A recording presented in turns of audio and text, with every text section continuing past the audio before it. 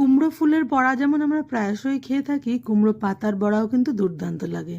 কুমড়ো পাতা বেশ কয়েকটা নিয়ে পেছনের শীটটা ফেলে একটু ডাঁটি সমেত নিয়ে নিয়েছি। একটা বাটিতে 2 টেবিল চামচ বেসন, 1 টেবিল চামচ চাল গুঁড়ো, পরিমাণ মতো নুন, হলুদ, খুব সামান্য একটু লঙ্কার গুঁড়ো আর অল্প চিনি দিয়ে অল্প অল্প জল দিয়ে একটা স্মুথ ব্যাটার রেডি করেছি। পুর হিসাবে ব্যবহার করব সর্ষে, নারকোল। 2 টেবিল চামচ সাদা সর্ষে, 2 টেবিল চামচ কালো সর্ষে আর 2 টেবিল চামচ নারকোল কয়েকটা কাঁচা লঙ্কাতে বেটে নিয়েছিলাম। তাতে পরিমাণ মতো নুন, হলুদ মিশিয়ে নিয়েছি।